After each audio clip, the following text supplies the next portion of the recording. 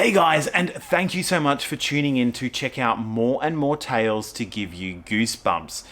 Reader beware, you're in for 10 scares. So today we are going to read Stuck in 1957. Perfect, Shanna murmured. She sat in the back seat of the car, checking her auburn hair in the mirror. It fell to her shoulders. Her bangs were the perfect length. Yesterday at Chick Cuts, the hairstylist had talked her into layering the back. Shanna loved it. She had to admit it. She had great hair. Does it hurt, Shanna? Her 9-year-old brother asked. Huh? Shanna glanced over at David. Does what hurt? Your face, David cried, 'cause it's killing me. If only, Shanna muttered. Her thoughts drifted back to her hair. Great hair was important because tomorrow Shanna Smith was going to be the new girl in 7th grade at Westwood Middle School. Deep inside, she knew that if her hair looked great, everything else would be great too. Shanna gazed into the mirror. Perfect, she murmured again. What's perfect, Shanna? Her mum asked. She pulled the car into the driveway of their new house. The moving van had delivered their furniture that morning. Now the Smiths had to unpack. Nothing, Shanna replied. She tucked away a mirror and glanced at their new house. It was part brick and part wood painted blue. To think this house was built when I was a boy back in 1957, Shanna's father exclaimed. It still looks brand new. David hopped out of the car and ran up the sidewalk to unlock the door. Shanna and her parents climbed out of the car. It must have been so cool to grow up in the 50s, Dad, Shanna said. Elvis, hula hoops, rock and roll. It wasn't all rock and roll, her dad replied. He opened the trunk and handed her a suitcase. Unpack fast, he ordered. It's almost 5:30 and we're due at Aunt Gigi's for dinner at 6. Oh, no way, Shanna cried. I can't go. Why? Her mum asked. You have other plans? Shanna rolled her eyes. I have to wash my hair. I always wash it the day after I get it cut. I really have to.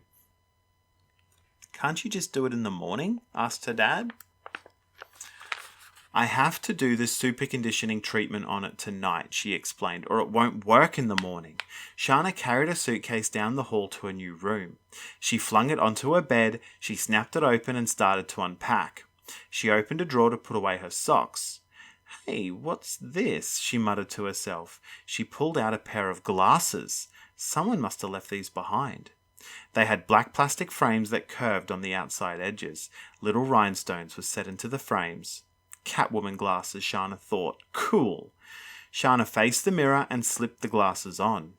Wow, she looked so 50s, like a character from Grease. But, whoa, what was this funny tingling feeling in her head?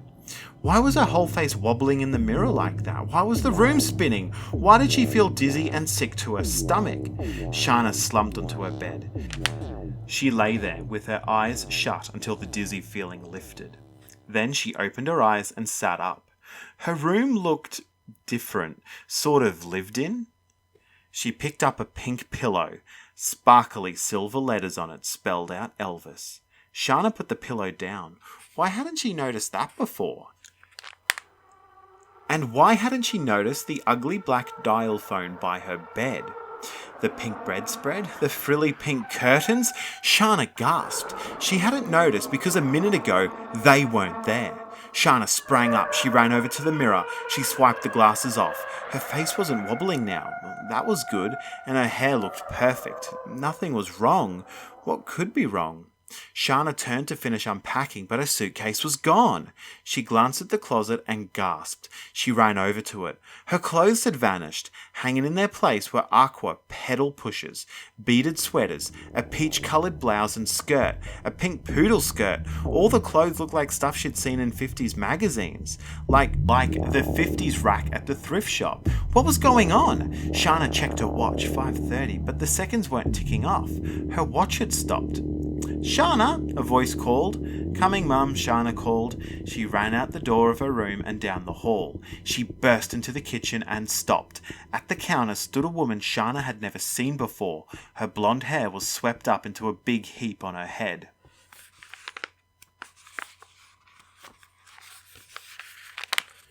She wore an apron over a pink and white checkered dress. She had on high heels. She looked ready to go to a 50s costume party. Who was she? "Shanna, dear," the woman exclaimed. "What are you wearing?" "Me?" Shanna cried. She had on a pair of jeans and a purple t-shirt. So what? She wasn't the weird one. This woman was. "Are you in a play at school, dear?" the woman asked. "Are you supposed to be some sort of crazy outer space creature?" "What are you talking about?" Shanna cried. "Who are you?" "Oh, are those your lines from the play?" the woman asked. "Now go back to your room and put on a skirt for dinner, dear." Shanna's heart began to race. She hurried back to her room. She closed the door behind her. There, on her dresser, stood the black Catwoman glasses. She picked them up. Had they brought her here? She'd put the glasses on, and whoosh! Had she really time-traveled to the 50s? If she had, then the glasses should work in reverse, right? All she had to do was put them on again, and whoosh! She'd be back to the right year. She pulled them out, she started to put them back on, and then she stopped. "Hey," she thought, "maybe I shouldn't go back right away. Maybe I should hang around and check things out for a while." Now that Shanna had figured out what happened and how to get back, she didn't feel so scared. Alive in the 50s. Suddenly, it seemed totally cool. Shanna smiled. She changed into a white beaded sweater, a pink poodle skirt, white socks, and saddle shoes. She checked the mirror on the back of her closet door and giggled. Pretty goofy clothes, but fun. She slipped the Catwoman glasses into her skirt pocket. That way, she could return to her family anytime she wanted. Shanna hurried into the living room. There at the table sat the woman, a man in a suit and tie, and a boy. The woman called the boy Davy. He looked around 9. He had on a ratty fur cap. A raccoon tail hung down the back of his neck. Gross, Shanna thought. A Davy Crockett hat. The dinner was totally disgusting. Some big hunk of dried out meat, overcooked green beans, canned pineapple salad. "Where's your appetite?" the woman asked Shanna. "I'm not hungry now," Shanna said. "Maybe later. I'll grab a juice box and nuke a burrito in the micro." "You'll do what?" the man exclaimed. "Shanna is in a play, darling," the woman told the man. Shanna choked down dinner. Afterwards, everybody went into the living room. They watched a movie about a talking mule on a tiny black and white TV. Everyone thought it was really funny. Everybody but Shanna. "Who's got the zapper?" she asked. "For what?" asked Davy. "The remote, you know," Shanna said, "to change channels." "Are those more lines from your play?" the woman asked. Never mind," Shanna said. How was she supposed to know remotes weren't around in 1957? The next morning, Shanna walked into the kitchen wearing a white blouse and a cool pair of black pedal pushers. "Good morning," she said to the woman. The woman gasped. "It's a school day, dear," she said. "You know you have to wear a skirt. Hurry up and change." Shanna hurried upstairs and came back down in a powder blue skirt and matching blouse. "That's better," she said. She patted a stool by the kitchen counter. "Hop up here for a minute." Shanna hopped, and the woman picked up a pair of scissors. "Hey, what are you doing with those?" Shanna began. "Hey, those bangs of yours are so long," the woman said. "They're hiding your pretty brown eyes." "Don't touch my hair with those things," Shanna screamed, but she heard a snip. "Just a trim," the woman said. "Stop squirming." She snipped another hunk of Shanna's hair, and another. Shanna froze. This woman was clearly a maniac. But wait, Shanna didn't have to put up with this. There was something she could do. She reached into her pocket and pulled out the Catwoman glasses. "Enough!" Shanna roared. She shoved on the glasses. Would they work? Would they take her forward to her time? Return her to her family? No, nothing happened. No tingling. Nothing. She took off the glasses. She put them on again. Nothing. Her heart began to pound. What could be wrong with the glasses? "Settle down, Shanna," the woman said, snipping away. "There," she added, stepping back. "All done." Shanna put a hand up to her forehead. She moved her fingers up, way up by her hairline. She felt some prickly little stubs. "What have you done?" Shanna shrieked. She jumped off the stool and ran to the bathroom. She stared into the mirror and gasped. It was worse than she'd imagined. She looked like a total freak. Shanna took out the black glasses again. She put them on every which way, upside down, right side up, with her eyes crossed, but felt no tingling. The truth finally hit her. She was stuck in 1957. What can I do? Shanna wondered. Her panic made her dizzy. She wanted to shut her eyes and open them up in her new house with her family in her own time. Will I ever see my parents again? She wondered. A few minutes later, Shanna found herself on a school bus. She looked around at ponytailed girls in calf-length skirts and boys with buzz cuts and plaid shirts. At least no one stared at her. At least she wasn't the only short-banged freak having a bad hair day. "Hi, Shanna," a girl with strawberry blonde hair called as Shanna stepped down from the bus. She fell into a step beside Shanna and walked with her into school. Shanna stuck with her and entered a classroom. A stout woman in a blue plaid dress sat behind the teacher's desk. "Good morning, Miss Huntley," the girl said. "Good morning, Jan," the teacher said. "Shanna." Jan sat in the front row. Shanna took the desk beside her. She took her Catwoman glasses out of her pocket and she put them on, but she felt nothing, and all she saw through the lens was Miss Huntley passing out a math test.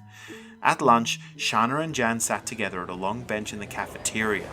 Shanna pushed beets and grey meat around on her plate.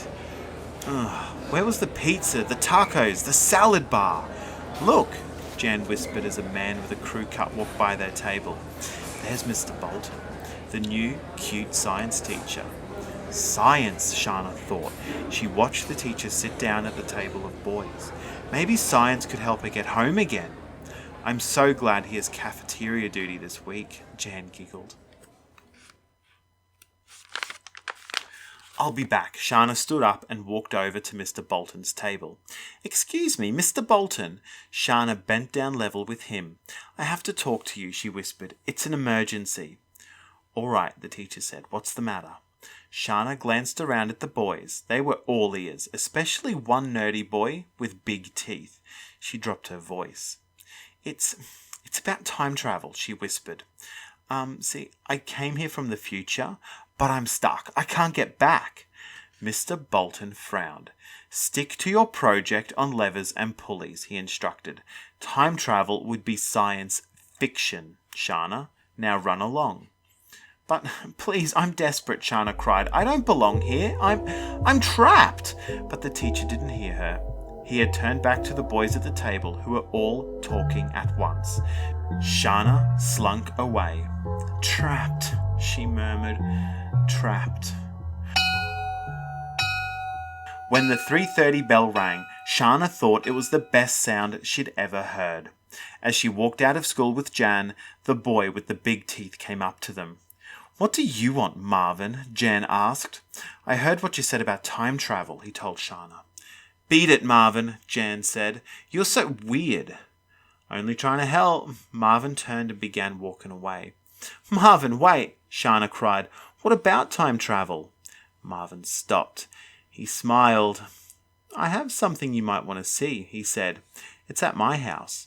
"Okay," Shanna said. "Let's go. Where do you live?" "Are you crazy, Shanna?" Jan cried. "Would you really go to Marvin's house? Ugh." Shanna sighed. "I have to tell you something, Jan. I'm not the Shanna you think I am. I'm Shanna from the future." "Huh?" Jan only stared at her, but Marvin grinned his toothy grin. "Sometimes I think I'm from another planet," he confessed. "Shanna, I'm going home," Jan said. "Are you coming or not?" "Not, I guess," Shanna said. "Well," Jan said huffily, "I hope you and Marvin have a good time." She whirled around and stomped off. Shanna and Marvin walked 2 blocks in silence. They stopped outside an old house. Shanna saw that it was right behind her new house. "What I want to show you is in the shed," Marvin said.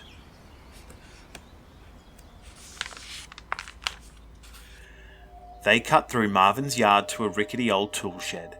Marvin pushed open the door. A bare light bulb on the ceiling clicked on. Marvin banged around and picked up a metal helmet. He blew dust from it. The helmet had a chin strap and a long cord with a plug at the end. Attached to the cord was a small metal box with a dial and an on-off switch.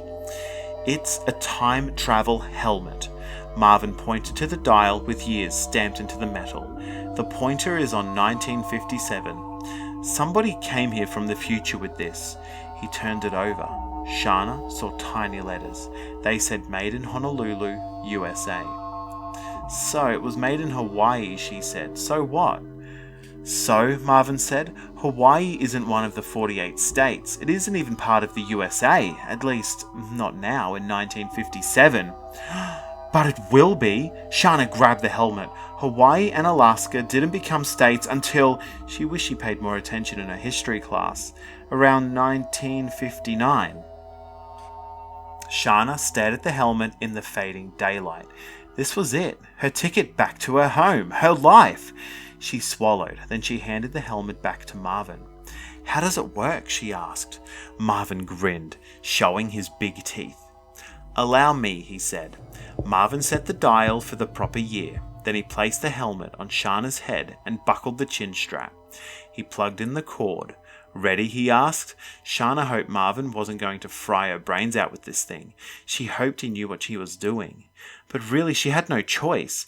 Either she stayed in 1957, or she trusted Marvin. Shanna swallowed again, then she whispered, Ready. Marvin pushed the switch. Sparks flew from the switch box. No, Shanna cried, wait! The last sound she heard was her own screaming, then whoosh. Shanna opened her eyes. She was sitting alone in a shed. On her head was a strange metal helmet. She checked her watch. Still 5:30, but hey, her watch was running again. Was she home? Had she really made it back? Shanna flung off the helmet. She opened the shed door and ran to her new house. She was panting hard by the time she got there. She slipped inside and hurried toward her room. A boy stood at the end of the hall. David, is that really you? She gave him a big hug. Yuck, David cried, pushing her away. It was her brother, all right. She was home. She ran into her room. Yes, everything was just as she left it. Her suitcase lay open on her bed. No frilly curtains, no bedspread, no Elvis pillow. Shanna jumped up and down. She'd never felt so happy. Shanna, her mum called. Ready to go to Aunt Gigi's? Okay, Shanna called. Going to Aunt Gigi's suddenly didn't seem so bad. As Shanna headed for the door, she glanced in the mirror. She froze. She still had on the powder blue skirt and matching blouse. And her hair! Those awful little bangs, still there! Still there! The next morning, Shanna woke up at 5. She jumped into the shower and shampooed her hair. Then she put in the super conditioning treatment. Next, she worked with the blow dryer and the hot rollers. She put on mousse, gel, hairspray. At 8 o'clock, her mum started calling from the kitchen, but Shanna didn't answer. She stared into the mirror, just stared in horror. It looked as if some little animal had gnawed off her bangs, only worse. They poked out from her forehead, and they wouldn't lie flat. No way she could start Westwood Middle School looking like this. It was too horrible to think about. She'd rather die. Shanna yanked open a drawer, searching for her comb, and saw the Catwoman glasses with the rhinestone frames. Shanna glanced into the mirror once more and thought hard. The 50s were bad, but anything was better than starting a new school looking like a complete and total freak. Anything. Shanna reached into the drawer and picked up the glasses. She slipped them on. Then she shut her eyes and waited for the tingling to start. Wow, that was a spooky story. Probably. But if you have been enjoying the Goosebumps stories, just know that there are a whole bunch more right here on the channel to check out. So I'd love it, really love it, if you hung around just a little bit longer and listened to one more. And if you want to hear some more spooky stories coming out in the future, definitely hit that subscribe button as well. Thank you so much for being here, and I can't wait to see you back for some more leftovers. Cheers, guys.